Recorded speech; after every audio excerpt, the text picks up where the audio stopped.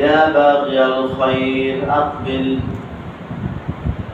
হে ইবাদত অন্বেষণকারী তুমি আগে বেড়ে যাও। রমজানের বাহিরে যেমন ছিল তেমন না। রমজানের বাহিরে তো শুধু 5 ওয়াক্ত নামাজ হতো। রমজান মাস যখন শুরু হয়েছে 5 ওয়াক্ত নামাজের সাথে সাথে তাহাজ্জুদ নামাজ পড়াও। রমজানের সাথে সাথে সালাতুল আওয়াবিন মাগরিবের 6 রাকাত নামাজ তুমি বাড়িয়ে দাও। মাগরিবের পরে যখন এশার নামাজ হবে, এশার নামাজের পরে 20 রাকাত তারাবি নামাজ পড়ো। 20 রাকাত তারাবি যখন হয়ে যাবে, ফজর রাতে তুমি ভোর রাতে সেহরির সময় তাহাজ্জুদের নামাজ বাড়িয়ে দাও। অন্যান্য মাসে যেমন আমার আমল চলতো, রমজান মাস আসলে তার থেকে অনেক গুণ আমাদের আমল বাড়াতে হবে। তাই পয়গম্বর আলাইহিস সালাম বলেন, ইয়া বাগিয়াল খায়র আকবিল, এই ইবাদত অন্বেষণকারী তোমার ইবাদতকে তুমি বাড়িয়ে দাও। ইয়া বাগিয়াশ শার আকসির, এই খারাপ পথে চলনেওয়ালা মানুষ, বেপথগামী মানুষ তুমি থেমে যাও। রমজান মাস শুরু হয়েছে আর তুমি খারাপ কাজ করবা না, নামাজ ছাড়বা না, তেলাওয়াত বন্ধ করবা না।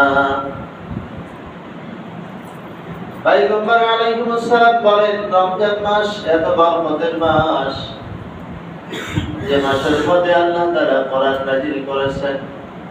শাহরু রমাদানাল্লাযী উনজিলা ফীহিল কুরআন, আল্লাহ তাআলা বলেন, রমজান মাসের মধ্যে আমি কোরআন নাযিল করেছি। পয়গম্বর আলাইহিস সালাম বলেন, আল্লাহ তাআলা লাওহে মাহফুজ থেকে সমস্ত কোরআনকে প্রথম আসমানের মধ্যে রমজান মাসে নাযিল করেছেন একবারে। রমজান মাস যখন শুরু হয়, আসমান থেকে রহমত নাযিল হয়। 2025 সালের রমজান এত আরামদায়ক, এরকম রমজান মনে হয় আগে ছিল না। সারাদিন কোনো পিপাসা নাই, কোনো তৃষ্ণা নাই, কোনো ক্ষুধার অনুভব নাই। রমজান মাস শুরু হয়েছে, আল্লাহ তাআলা আসমান থেকে বৃষ্টির মতো রহমত দুনিয়ায় পাঠাচ্ছে। এইজন্য পয়গম্বর আলাইহিস সালাম বলেন, রমজান মাস হলো বরকতের মাস, রমজান মাস হলো রহমতের মাস, রমজান মাস হলো মাগফিরাতের মাস। শাহরু রমাদানাল্লাযী উনজিলা ফীহিল কুরআন হুদাল লিন-নাস, আল্লাহ তাআলা বলেন, আমি গোটা কোরআনকে রমজান মাসের মধ্যে নাযিল করেছি যাতে করে মানুষ হেদায়েত প্রাপ্ত হয়।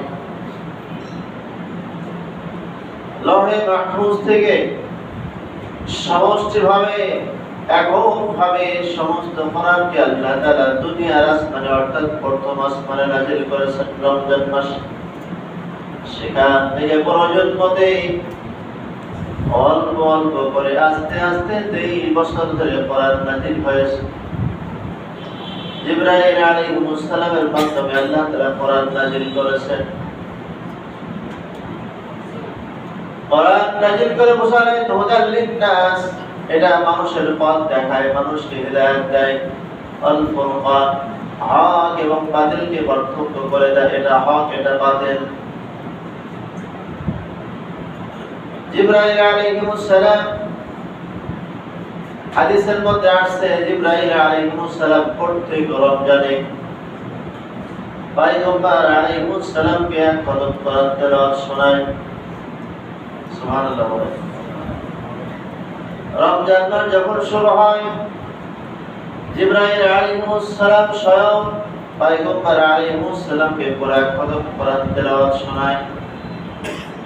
আবার রাসূল আকরাম সাল্লাল্লাহু আলাইহি ওয়াসাল্লাম জিবরাইলকে এক খতম শোনায় কোরআন শরীফ। মানে পরস্পর একজন তেলাওয়াত আরেকজন শোনা, আরেকজন তেলাওয়াত আরেকজন শোনা।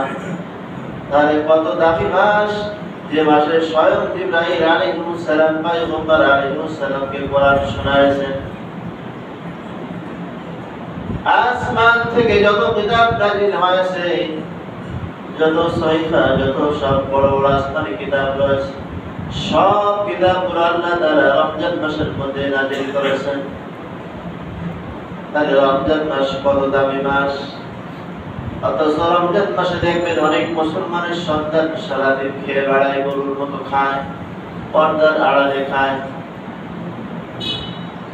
আরে রমজান মাস তো পর্দার আড়ালে খাওয়ার মাস না, রমজান মাস হলো তাকওয়া অর্জনের মাস।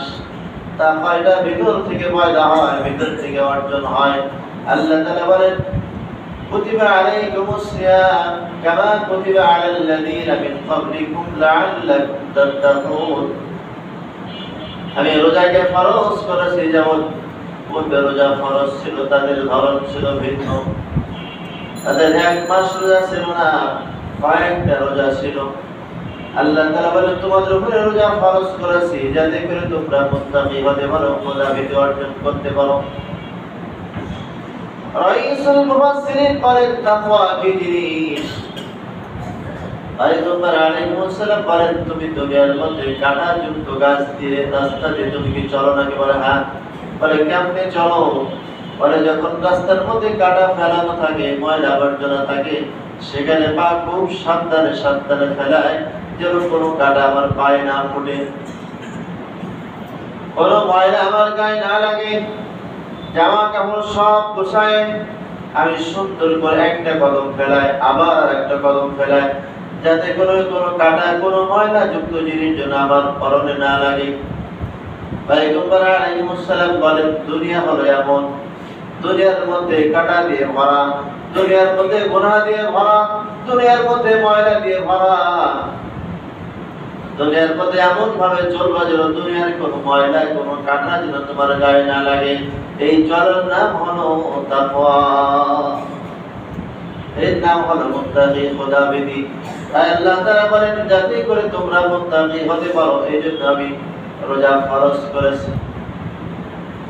অথচ আমাদের সমাজের মধ্যে অনেক মুসলমানের সন্তান, নাম ভালো মুসলমানের নাম, রমজান মাস আসলে গ্যাসের সমস্যা দেখায়, ডায়াবেটিস দেখায়, অনেক অজুহাত দিয়ে, বাহানা দিয়ে রমজানকে অহেতুকভাবে ছেড়ে দিচ্ছে।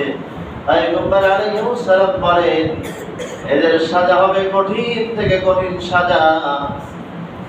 এরা জান্নাতে প্রবেশ করবে না, জান্নাতের ঘেরানো পর্যন্ত পাবে না। পয়গম্বর আলাইহিস সালাম মেরাজের রাতে বেরোজা যারা হবে, যারা রোজা রাখবে না, সামান্য অজুহাতে রোজাকে ছেড়ে দেবে, তাদের সাজা দেবে। মাথা থাকবে নিচের দিকে, পা থাকবে আসমানের দিকে, পায়ের মধ্যে শিকল দিয়ে ঝোলায় দিবে, আর ঠোঁটগুলো, মুখগুলো সব কেটে কেটে রক্ত বের হবে। এভাবে আযাব কিয়ামত পর্যন্ত চলতে থাকবে।